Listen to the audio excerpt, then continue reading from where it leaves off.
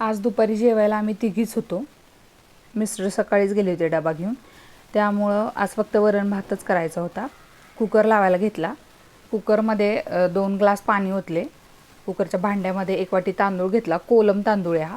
स्वच्छ धुवून घेतला. त्याचं डबल पाणी टाकलं, थोडंसं मीठ टाकलं आणि कुकरमध्ये भाताचं भांडं ठेवून दिलं.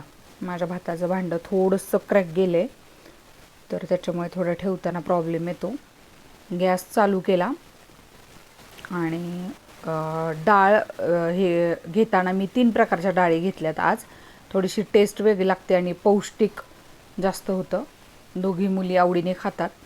मसूर डाळ थोडीशी मूग डाळ आणि थोडीशी तूर डाळ, अशा तिन्ही डाळी मिक्स करून छान धुवून घेतल्या 2-3 पाण्याने. त्यानंतर मग त्याच्यात लागेल एवढं पाणी टाकायचं तिन्ही डाळींमध्ये. 1 टोमॅटो घ्यायचा चिरून बारीक, डाळीमध्ये टाकायला. शिजताना डाळीमध्ये टोमॅटो टाकला की टेस्ट फार छान येते. कोणी कोणी हळद पण टाकतं डाळ शिजतानाच, पण मला नाही आवडत. मला फोडणीतच आवडते हळद घातलेली. थोडंसं पाणी, टोमॅटो टाकला. आता थोडंसं तेल टाकणार आहे मी त्याच्यात, म्हणजे पटकन डाळ शिजते. कारण डाळी आपण भिजवत नाही, म्हणून मग थोडंसं तेल टाकलं की चांगली एकदम गरगटी डाळ शिजते. आता त्या भाताच्या भांड्यावरती ते डाळीचं भांडं ठेवलं आणि कुकरला शिट्ट्या लावून घेतल्या. 4-5 शिट्ट्या काढायच्या. त्यानंतर कुकर थंड झाला की मग उघडला मी. तुम्ही बघू शकता डाळ इतकी मऊसूत छान शिजली एकदम, आणि टोमॅटो पण एकदम मऊ शिजला आहे त्याच्यातला. डाळीचं भांडं बाहेर काढून घेतलं. आता आपण त्याला फोडणी देऊन घेऊयात. मुली काय जास्त तिखट खात नाही, त्याच्यामुळे मी मिरचीचे तुकडेच टाकणार आहे. लाल तिखट किंवा मसाला वापरणार नाही आहे फोडणी देताना. हा बघा राईस किती मोकळा झाला आहे. तर कोलम तांदळाचा भात आहे हा. मी फोडणीचं सगळं साहित्य वर काढून ठेवले. भाताचं भांडं बाजूला ठेवते आणि डाळ छान व्यवस्थित चमच्याने एकजीव करून घेते. त्यानंतर मग रवीने बारीक करायची एकदम घोटून तिला, आणि थोडंसं लागेल असं त्याच्यामध्ये पाणी टाकायचं. माझी छोटी मुलगी आहे, ती तिखट अजिबातच खात नाही. म्हणजे भाजी वगैरे खाते, पण वरणामध्ये मिरच्या वगैरे असेल तर मग जास्त तिखट लागतं, तर ते नाही खात ती. मग तिच्यासाठी थोडंसं फिक्की डाळ काढून ठेवली बाजूला. नंतर त्याच्यात मीठ आणि हिंगाची फोडणी देऊन तिला देणार. ही घोटून घेतलेली डाळ बाजूला ठेवली. एका कढईमध्ये 1 ते 1.5 पळी तेल घालून घ्यायचं. लसूण घेतल्या 5-7 पाकळ्या सोलून. त्यानंतर तो लसूण आपल्याला ठेचून घ्यायचा आहे छान. छोटासा खलबत्ता आहे माझ्याकडे, आम्ही कोल्हापूरला गेलेलो तिकडून आणलेला. तर त्याच्यामध्ये हे लसूणच्या पाकळ्या टाकून चांगलं बारीक करून घेतलं लसूण. तुम्ही आलं लसूणची पेस्ट पण टाकू शकता, पण मला असा ठेचलेला लसूण आवडतो. आणि हा लसूण जो आहे ना, तो तेलामध्ये मी चांगला कुरकुरीत करते. म्हणजे काय होतं, वरण भात तूप सोबत हे खूप छान आणि खमंग लागते ही फोडणी. तुम्ही आधी जिरं मोहरी पण टाकू शकता, पण मला लसूण थोडासा खमंग लागतो म्हणून मग मी आधी लसूण टाकला आणि त्याला थोडासा भाजला की मग त्याच्यामध्ये मोहरी टाकायची. थोडीशी मोहरी टाकली की तडतडू द्यायची चांगली.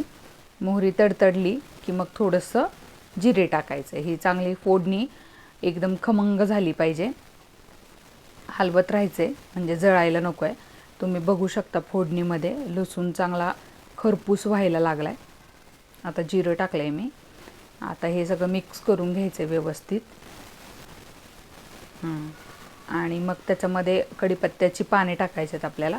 फोडणी चांगली खमंग होते.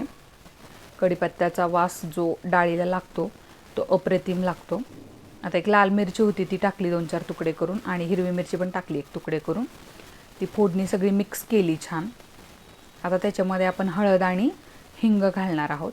चिमूटभर हिंग घालायचं आहे आणि पाव चमचा हळद घालायचं आहे. ही घरची हळद आहे त्यामुळे पाव चमचाच घातली आणि थोडंसं हिंग घातलं. आता हे छान मिक्स करून घ्यायचं आहे.